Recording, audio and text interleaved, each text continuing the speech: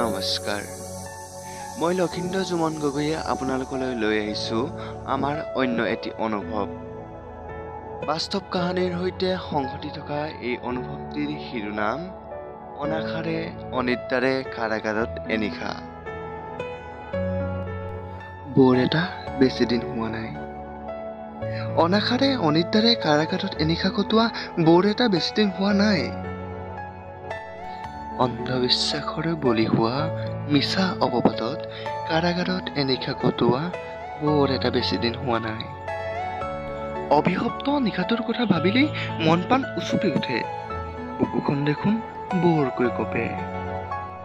মই জানো আমাৰ ভুল নাছিল, কিন্তু কোনোবাই শুনিব জানো আমাৰ কথা?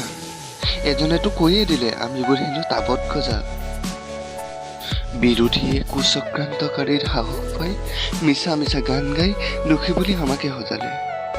মই বেয়া পোৱা নাই, বেজাৰ এটাই মাথো, তেওঁতো মোক ভালকৈয়ে চিনি পায়। তেন্তে কিয়? সেইদিনা বহু দিনৰ মূৰত পুনৰ দেখা পালো দেউতাৰ হেতা পৰা মুখখন। অশ্ৰুবোৰৰ প্ৰবল ঢৌ উঠিছিল, কিন্তু ৰৈ গ'ল। ৰৈ যোৱাৰ কাৰণ মাথো এটাই, কাৰণ আমি ভুল কৰা নাই। আমি অহাৰ দিনাও কান্দোনৰ জোৱাৰ উঠিছিল, কাৰোবাৰ দুখৰ, আন কাৰোবাৰ আকৌ সুখৰ। আমাৰ অজ্ঞাতেও অনাশাৰে অনিদ্ৰাৰে শতজন ৰৈছিল সেই নিশাটোত।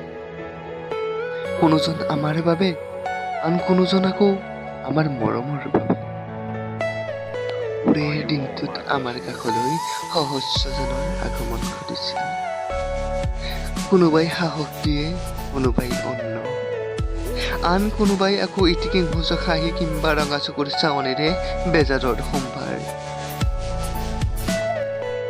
এই সকলোবোৰ লুকিয়াই ৰাখি শিলৰ মূৰ্তিৰ দৰে আমি কেৱল চাবহে পাৰিছিলো, কাৰণ আমি নিৰ্দোষী যদিও কোনোবাই কাৰোবাৰ সাহসত, কোনোবাই কাৰোবাৰ পৰশত পিন্ধাই ৰাখিছিল আমাক দোষী নামৰ চোলাটি।